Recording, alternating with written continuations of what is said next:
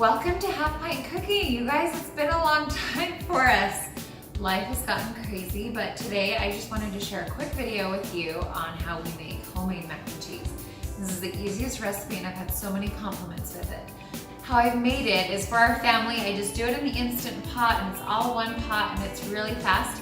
But when I wanted to make it to share for like a family party and stuff, I've made it in the pot and then I put it into a 9x13 pan. Then I sprinkle some toasted panko on top of it, some breadcrumbs, that's what panko is. But I toast it up and it gives it a nice little crunch. So whether you're just cooking it for your family and it's just simple, or if you want to make it fancy and nice, you can do it that way. And some of my brothers who say they hate mac and cheese, they said it was really good and they actually took the leftovers home. So to start off, you need an Instant Pot, okay? I've had some friends requesting some recipes and stuff that I do with my Instant Pot, so here you go. We use whatever kind of pasta. Today I did rotini, it's like those little spirally ones. Cool, huh? Twisty. Yeah, it's twisty. A lot of times we just do penne rigata, which is usually what we do, but I wanted to make it fancier today.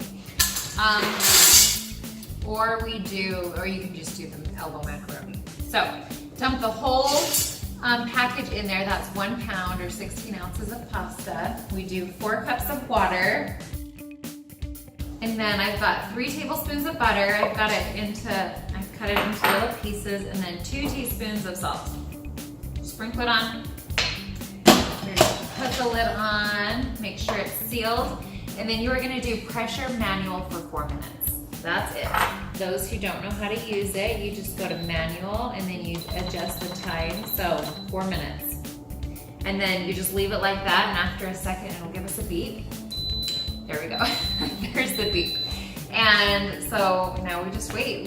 It does take longer than 4 minutes because it takes a while for the pressure to build up in the pot, but then the timer will run down.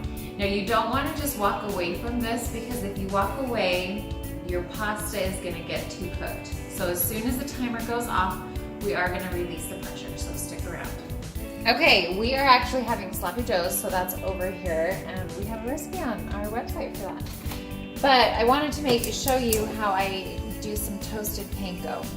So I'm not making a lot of it, so I just have a little frying pan, and I put a little bit of butter, that's maybe half of a tablespoon, just in little pieces. And then I just put a little bit of panko in there. So this panko, it's a Japanese style breadcrumb.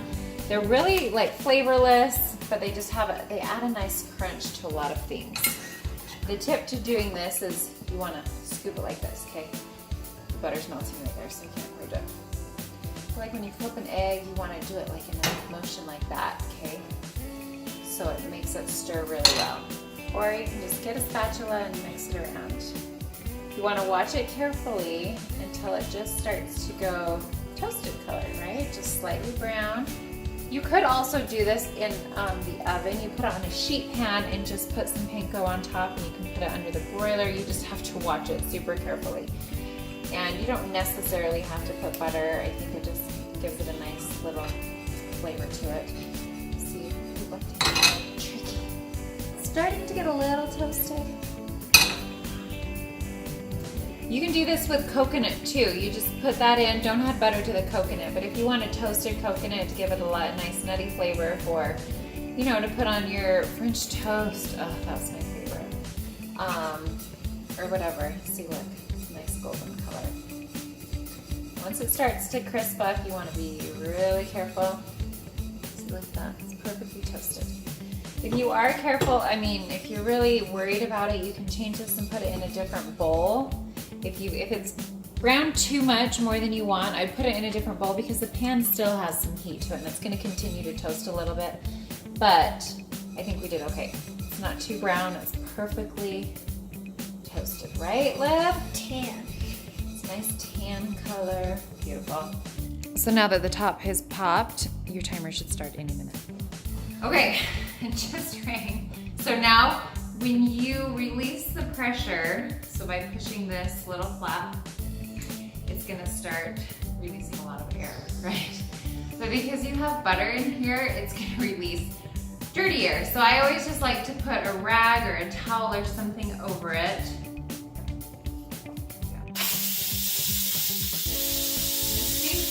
Up. I like to make sure that it's not under my cabinets when I do this because I don't want the steam ruining my cabinets. So I either pull it away from the cabinets or I put it on the island where there's no cabinets above. Yeah, my towel is getting dirty from the butter and the pasta. It collected the butter right here. I know. It's also harder to wash because of the butter, but it tastes yummy. So what you can do is you can use all cream, all milk. I like to do about half and half. This is the good thick Costco stuff. So you want to add some liquid to it. Actually, I'm just going to do 3/4 of a cup and we're going to see how it is. So I did 1/2 cup of cream. I'm going to do 1/4 cup of milk. Okay, so the little metal pointy thing went down. We're going to take it off. Did you guys know with the Instant Pot, you can actually do this to hold the lid? Right? When I discovered that, I was like, that's crazy. Why did I not know this all this time? Okay, so there is still some liquid in here from the water, and that's just fine. You're gonna pour your liquid in here, your cream, or your half and half, or your milk. I would do less. If I was doing just milk, I would do less. I would do like 1/2 cup. Okay, then you're gonna do, because I'm really bad about measuring, but you're gonna do about 2 cups of cheese. Like just do 1 handful, mix it around. So something that I like to add to my mac and cheese is I just like about 1/2 teaspoon or a little sprinkle of dry mustard, okay? Dry mustard and some paprika. So about another 1/2 teaspoon of paprika. Just gives it a nice color, a little bit of flavor. We're gonna try it.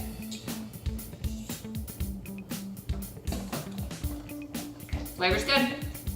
Okay, so you can't see this, but it is a little bit soupy.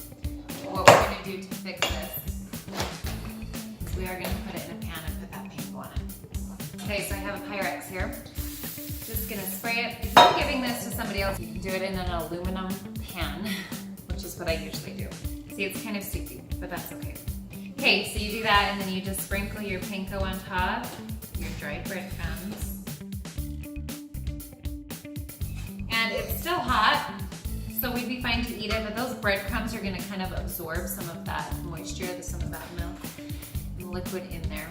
There is our mac and cheese. And you can make it ahead of time. So good with the panko on it. So you can make this ahead of time and let it cool and then reheat it to bring to a party or something like that. But as we're having this tonight, I'm just gonna stick it in my oven under warm, keep it warm at about 220 degrees, and then it'll be nice and ready when we're ready to eat it. Thanks for watching.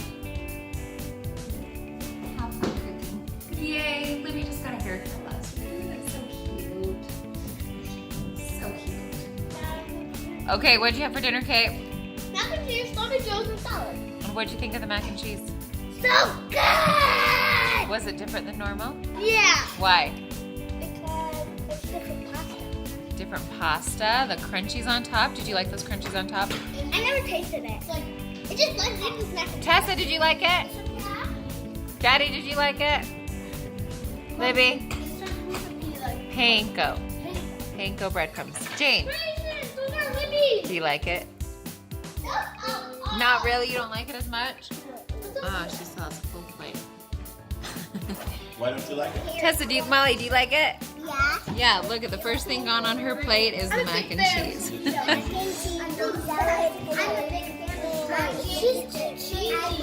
Too cheesy? That's a sloppy Joe. Thumbs up to the mac and cheese.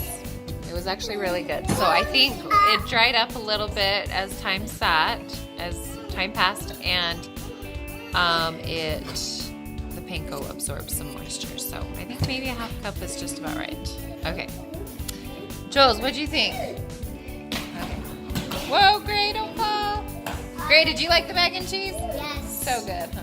How we usually do it is we just make it in an Instant Pot and then,